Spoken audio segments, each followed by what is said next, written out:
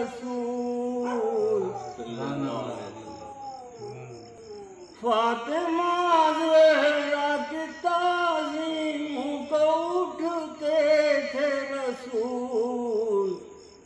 मोहतरम बेटियां इस वास्ते कहलाती है,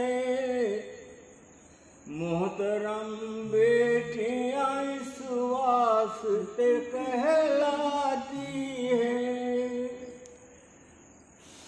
बेटियां होती है पुरनूर चिरागों की तरह,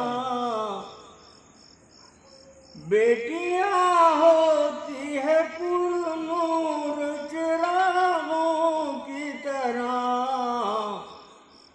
रोशनी करती है जिस घर में चली जाती है, रोशनी करती है जिस घर में चली जाती है। लोग बेटों से ही रखते हैं तो लेकिन बेटियां अपने बुरे वक्त में काम आती है। एक बेटी हो तो खिल जाता है घर का आंगन,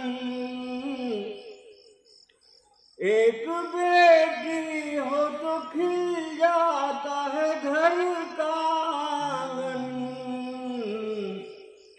घर वही रहता है रौनक बढ़ जाती है,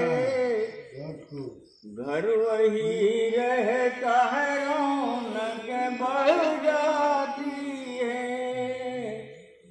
लोग बेटों से ही रखते हैं तवक्को लेकिन बेटियां अपने बुरे वक्त में काम